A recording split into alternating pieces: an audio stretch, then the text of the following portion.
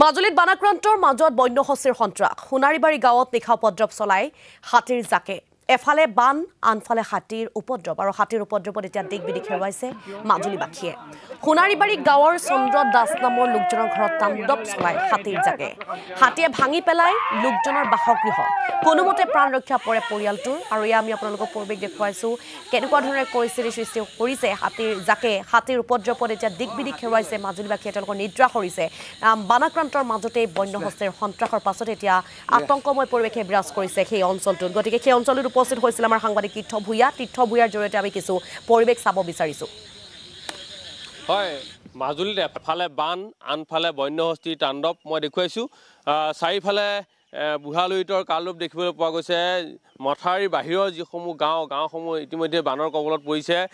প্ৰায় ৩০খনৰ অধিক গাঁও বানৰ কবলত পৰিছে শালমৰা গেজিঙকে ধৰি সোণাৰীবাৰী মাছগাঁও কলাখোৱা সমান্তৰালভাৱে ভকত চাপৰি ১৬খন গাঁও বানৰ কবলত পৰিছে আৰু সমান্তৰালভাৱে বানৰ মাজতে বন্যহস্তীয়ে সন্ত্ৰাস চলাইছে এইসকল লোকক তেওঁলোকৰ দুৰ্ভোগ দেখুৱাইছোঁ মই যিহেতু সোণাৰীবাৰী চন্দ্ৰ দাসৰ ঘৰত কালি বন্যহস্তীয়ে যিহেতু সন্ত্ৰাস চলাইছিলে আৰু কোনোমতে মৰণত শৰণ দি গোটেই পৰিয়ালটো বচা দেখিবলৈ পোৱা গৈছে দাদা হাতী কিমান সময়ত আহে ৰাতি ৮টা ৮:৩০ বাজিছে আৰু তেনেকুৱাতে আহিছে আমি শুবলৈ লৈছিলোঁ বিচনাত উঠিছিলোঁ তাৰপৰা তেনেকুৱাতে এফালে হাতী আহি টিং ভাঙিলেই নহয় তাৰপৰা আমি চালোঁ হাতী তাৰপিছত গৈ দৰ্জা খুলি এতিয়া ওলাই যাবলৈও ভয় হৈছে হাতীটো মুখামুখি হ'ম আকৌ দৰ্জা হুপ দি দিলোঁ ওলাই যাব নোৱাৰে পানী চাৰিওফালে পানী ঘপককৈ ওলাই যাব নোৱাৰা হৈছোঁ তাৰপিছত হাতীটো যেতিয়া আকৌ পিছফালে গৈ পিছ চাইডৰ বেৰখিনি টিংখিনি এৰুৱাইছে তেতিয়া আমি ওলাই দৌৰি আকৌ মানুহক হুলস্থুল কৰিছোঁ হুলস্থুল মানুহকো মাতি দিছোঁ আকৌ আমি নিজেও মানে টিং চিং বজাই দিলতে হাতীটো এইফালে ওলাই গৈছে আৰু কি ভাঙিলে কি মানে আমাৰ পিছ চাইডৰ ঘৰটো গোটেই টিংখিনি এৰুৱালে পাকঘৰ আৰু এই আমাৰ ৰেকডালৰ যিখিনি আমাৰ খাদ্য সামগ্ৰী আছিলে সেইখিনি গোটেই টানি খাবলৈ নাপালে কিন্তু নষ্ট কৰিলে আৰু সন্মুখৰ বেৰখুৰবোৰ ভাঙি দিলে তেতিয়া কিমান সময় হৈছে তেতিয়া ৮:৩০ বাজিছে তেতিয়া কোনো ফৰেষ্টৰ মানুহ নাহিলে ফৰেষ্টৰ মানুহক আমি জনাইছিলোঁ তেওঁলোক আহিছিলে বুলি কৈছে কিন্তু পানীৰ কাৰণে এই এনডিৰ পৰা আকৌ গুচি গ'লগৈ আৰু ইয়াত কোনোমতে আপোনালোকে পৰিয়ালটো বাচিছে কোনোমতে আমি পৰিয়ালটো বাচিছোঁ হয় পৰিৱেশটো মই দেখুৱাইছোঁ চাৰিওফালে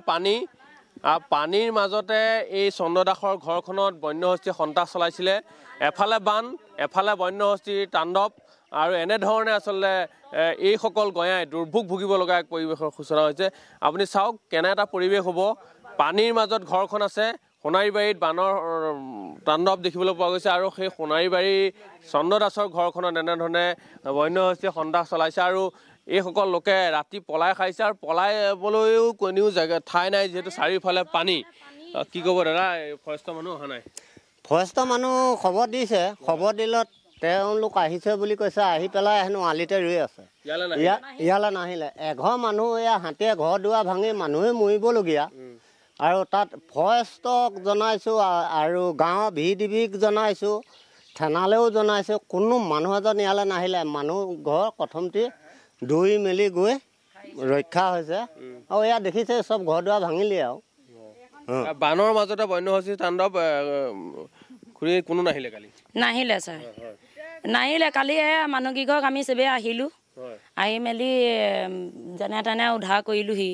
কিন্তু ফৰেষ্টৰ মানুহ নাহিলে চাৰিওফালে পানী আৰু উপায় নাইকিয়া ইফালেও যাব নোৱাৰে সিফালেও যাব নোৱাৰে কিন্তু যেনে তেনে খাইছোঁ আৰু কোনোমতে ৰক্ষা হৈছে হয় আচলতে কোনোমতে ৰক্ষা পৰিছে পৰিয়ালটো মই দেখুৱাইছোঁ বিশেষকৈ গাঁওখনত সন্ত্ৰাস চলাইছে কালি বন্যহস্তীয়ে সোণাৰীবাৰী গাঁৱত আৰু সোণাৰীবাৰী গাঁৱৰ গঞাই কোনোমতে আচলতে প্ৰাণটো বচাবলগীয়া হৈছে যিহেতু চাৰিওফালে পানী আৰু পানীৰ মাজত যিহেতু হাতীয়ে ঘৰলৈ আহি আচলতে সন্ত্ৰাস চলাইছে এই গাঁৱৰ জনাঞ্চলত প্ৰৱেশ কৰিছে জনাঞ্চলত প্ৰৱেশ কৰি হাতী বন্য আপোনাক ধন্যবাদ জ্ঞাপন কৰিছোঁ সেই অঞ্চলটোৰ পৰা কিছু পৰিৱেশ দেখুৱাৰ বাবে